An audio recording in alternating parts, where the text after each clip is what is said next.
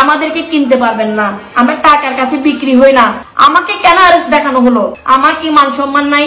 সন্ত্রাসীর বউ বলে কি আমাকে তুলে নিয়ে গিয়ে নির্যাতন করতে পারবে? আপনারা আমাকে ওয়ারেন্ট ছাড়া, মামলা ছাড়া মগের মুল্লুকের মতো তুলে নিয়ে গেছেন। তুলে নিয়ে গিয়ে একদিন 2 দিন না 52 ঘন্টা আপনারা আমাকে অ্যারেস্ট করে রাখছেন। আমি সরকারের কাছে আমার সন্তান হত্যার বিচার চাইছি, আমি আমার স্বামীকে বাঁচানোর বিচার একবারও চাই নাই। এবং আমার স্বামীও লাইভে এসে আমার স্বামীর মামলা প্রত্যাহার করতে বলে নাই।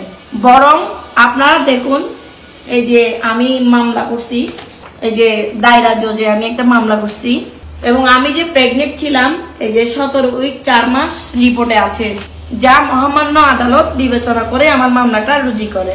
আমি প্রথম যেদিন প্রেগনেন্ট হই সেদিনের 5 উইক পর্যন্ত আমার ডাক্তারি রিপোর্ট আছে, যা ভাবি সামনে আসুন রিপোর্টে আছে। এই রিপোর্ট আমি ফেক বানাইনি, এগুলো সব পিবিআই তদন্ত করবে। তদন্তের পরে মামলাটা রায় হবে। আমার বেবিটা আমার গর্ভে ছিল, যে বেবিটা কোথায় গেল? আমার স্বামী অপরাধী হইলে অবশ্যই তাকে বিচার করুন, কিন্তু আমি কোনো সন্ত্রাসী নই, আমি কোনো আওয়ামী লীগ নই, বিএনপি নই। আমাকে কেন আপনারা মিথ্যা অপপ্রচার চালাচ্ছেন? ওসি যদি ক্লিয়ার থাকে তাহলে ওসি কেন লন্ডন, আমেরিকাতে, চট্টগ্রাম শহরের বড় বড় নেতাদের বাসায় গিয়ে গিয়ে মামলা প্রত্যাহার করতে বলে, 20 লক্ষ টাকা দিবে বলে, এবং আমার স্বামীকে চার্জশিট থেকে সব মামলাতে খালাস দিবে বলে? আমার স্বামী যখন তার অফারে রাজি না হয়, সে আমার স্বামীর নামে সিএমপিতে কমপ্লেন করে। আমার স্বামী লাইভে আসে। আপনারা তো পুলিশ, আপনারা তো বাবা, আপনারা যারা পুলিশ কমিশনার আছেন তারাও তো বাবা। সে বাবা হিসেবে তার সন্তানের বিচার কোর্ট থেকে না পাইলে সে বলছে নিজ হাতে করবে। আপনারা তো তাকে সন্ত্রাসী হিসেবে পরিচিত করে দিচ্ছেন। এখন সে রাগের মাথায় ওসিকে গালিমন্দ করছে। সেটা যদি ওসি জিডি করতে পারে, আমার সন্তান যে মারা গেছে, আমি যে একজন মা, উনি যে একজন বাবা, অনেক কষ্টের বিনিময়ে বিয়ে করছে আমাকে, তো সন্তানটা যে আমি 3 মাস গর্ভে রাখছি, তাহলে আমার সন্তানের বিচার চাওয়ার অধিকার কি আমার নাই? আমার স্বামীর নাই? তাহলে এদেশে আমরা কার কাছে যাব? আমি তো প্রধানমন্ত্রীর কাছে বিচার চাইছি, জজের কাছে চাইছি, পুলিশ কমিশনারের কাছে চাইছি।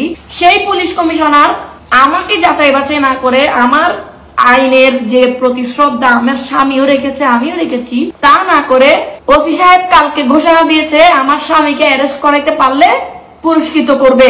তাহলে আমার স্বামীর মামলা তো গত 6 মাস আগে পুরস্কৃত, তখন কেন করলো না?